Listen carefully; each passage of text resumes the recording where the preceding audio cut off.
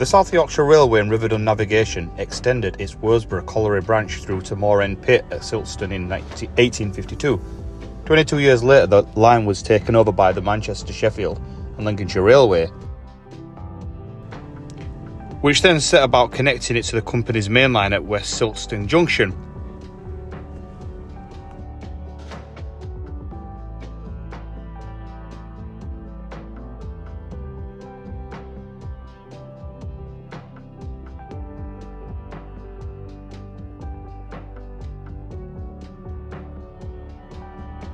In the video, I'm going to give a little history on the tunnels.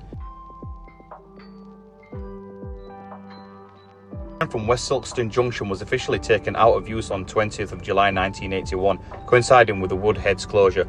The trackbed was used as an unofficial footpath some years after.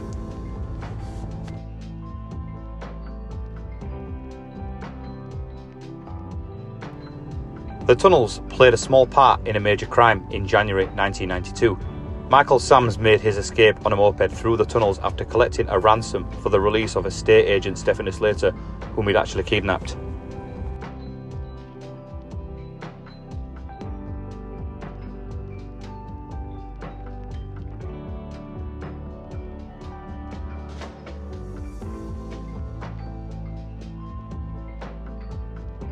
Joined by another YouTuber today. This is Wet Dog. He's also got his own YouTube channel, so give him a subscription. He's into disused railways as well. So I'm at the western portal of Silkstone Common Tunnel number 1. So this is the portal. Just having a closer look at the portal. You can see it's clearly gated up. No one wants you to get in there.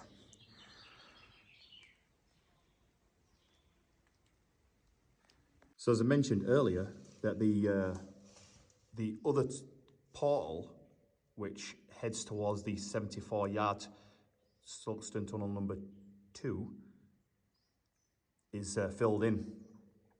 And if you can just see the distance, I'm not sure, I'll show you some pictures, but you can see the infill that's at the other side. So we've actually had a look at the other side of the cutting, and you can see where the infill is, but it's a bit too dangerous to go down. But you can clearly see that the tunnel is actually in quite decent condition. You can just see over there just the first refuge hole or recess. It's pretty quiet in there, and if you'll have a look up at the roof, it seems to be in pretty decent condition in there. It's just a shame we can't get in. So you've got a cable tie here, you've got a cable anchor where the cables would have been. The two pieces of metal that you can just see on either side of the portal, I think was connectors to the wiring while the line was operating. You can just see a closer look up there, just behind the leaf.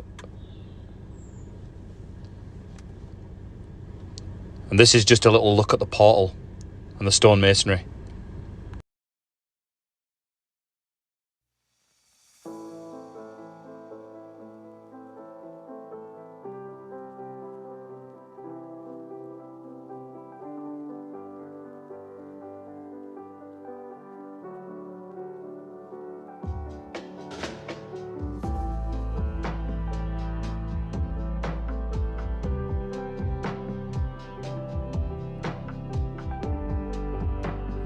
So we're just heading towards the other tunnel. Just as we've walked away from the portal, we just come across, if you just have a look up there, you can just see all the cable posts, the fence posts just up there, the remains of them. The Penistone line actually runs just on the other side. That's the embankment up towards the Penistone line. So you can just see the cutting we've just headed out of the Silkstone Tunnel number 1. And what we're going to do now is we're going to head this way down towards the shorter tunnel and just show you the location of the tunnel filling and the other tunnel portal. And there's a clearer shot over there just of that portal that we've just been at. You can see how deep that cutting is actually. It's around about 50, 60 feet deep that actually. So we actually made our way back that way and then headed up the embankment. And we're going to find this other tunnel now. So as we approach the other tunnel, if you just have a look down there, that is the infill of the other portal. Now, obviously you can't see, but you can see that, you can see the cutting there. You can see how it dips and the track bed that leads towards it. Now, we can't get down there because it's all sealed up. But if you just have a look, if I just zoom the camera in, that's where the tunnel portal will be located. You'll see the infill on the photographs that I showed in the previous photographs. As you went to the shorter 74-yard tunnel, you come across this little structure, and I believe that this was a ballast bin.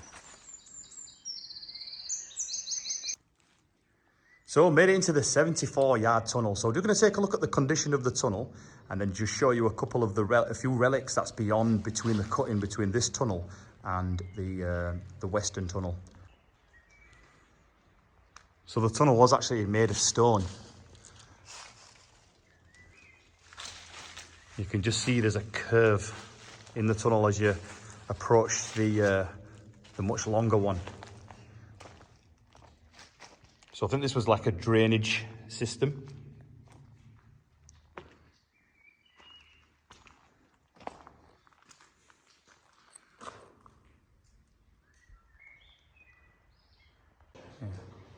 So here you've got like the remains, I think it might have been a support beam that went across the tunnel. Or it could potentially be something to do with the wiring of the electric. And there's slight remains on the other side up there. You can just see another, if you just have a look closely, you can just see something there that remains, and it kind of runs adjacent. So I think it's something to do with the supports. So I've just been told that this was potentially for cabling as well. And it potentially would have had a lid on. You can just see it goes right across the tunnel.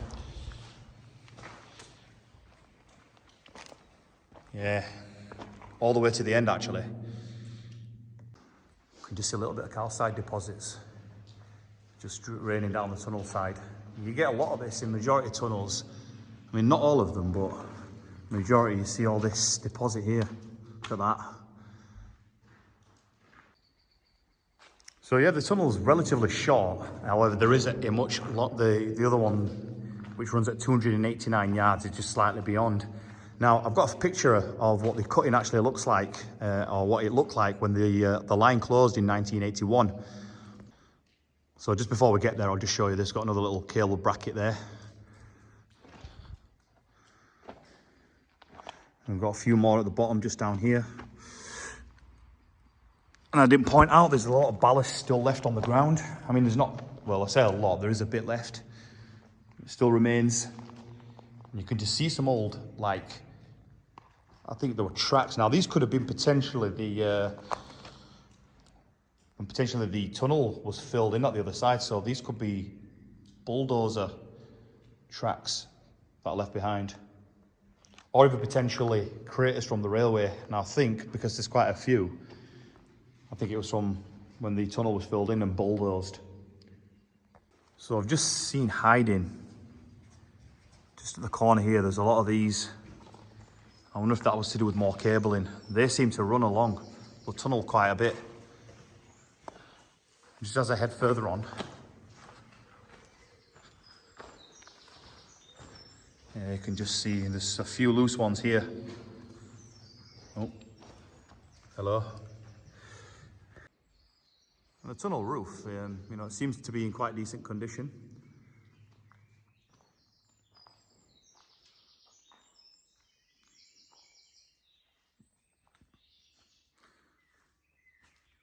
Now, just as I say, it's a relatively short tunnel.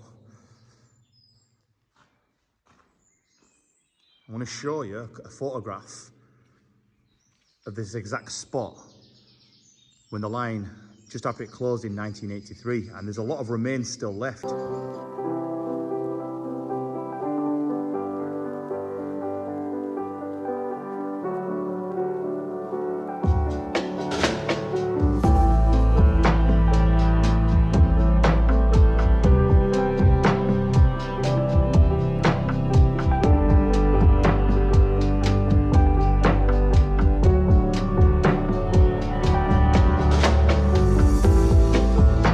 Someone's had a little campfire just here. can just see that there as it runs right to the end of the tunnel.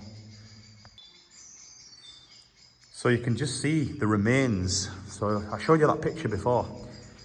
And you can see that the concrete pillars still remain. They're all still there. Now, some of these stone bases that you can see, I think are part of the electric cabling that went over the top. So if you have a look at the picture again, you can see all the cables that go over the top. And there were quite a few that headed down the cutting. See here, the old fences. Now, some of them have disappeared. However, a lot, especially on this side, still remain. So that's just to have a look at the portal. Look at that.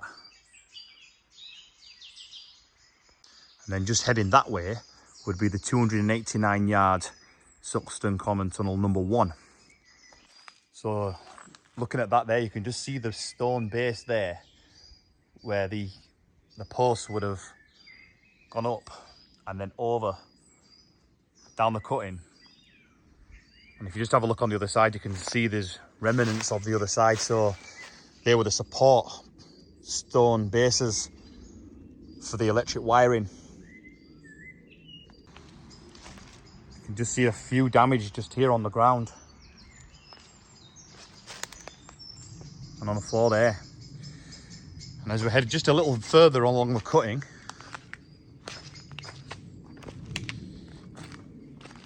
you can see here another base there. Just looks like it's been slightly moved. And I think vegetation has taken over and gone over the top. Now, just beyond there is the 289 yard filled in tunnel portal.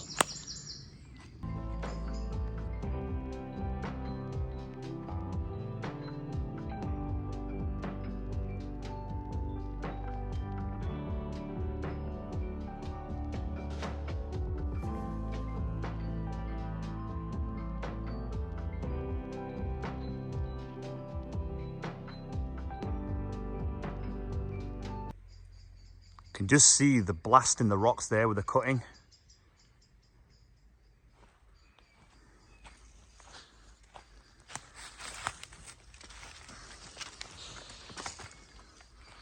And there's the other side, and that's looking back towards the 74 yard tunnel. And then just down here is where the portal to the 289 yard tunnel would have been. Sorry, I overemphasised that.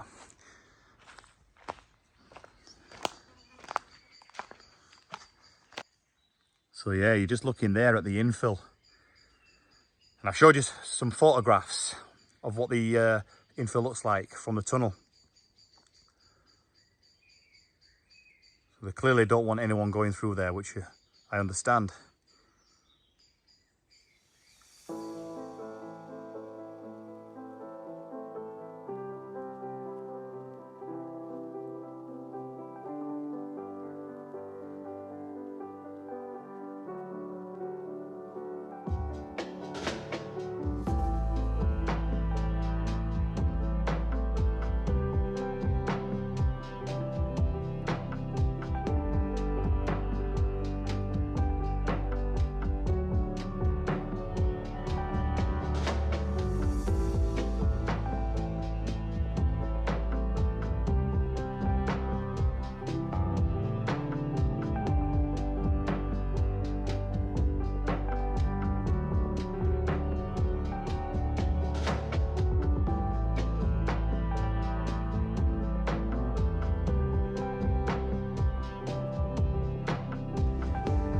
Potentially see here slight movement in the lining.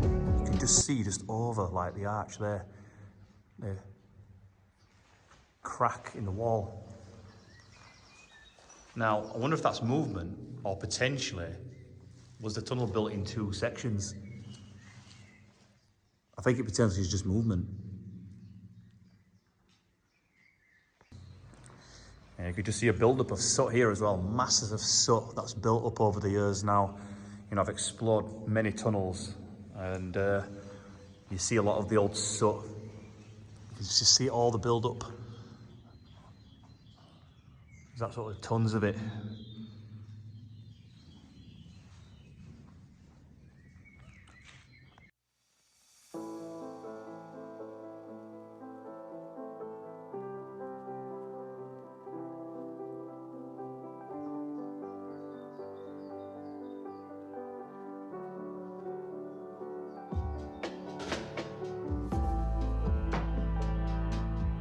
So as I mentioned earlier in the video, the tunnels played a small part in a crime that happened in January 1992, where killer Michael Sams made his escape on a moped through the tunnels after collecting a ransom for the release of estate agent Stephanie Slater, who had kidnapped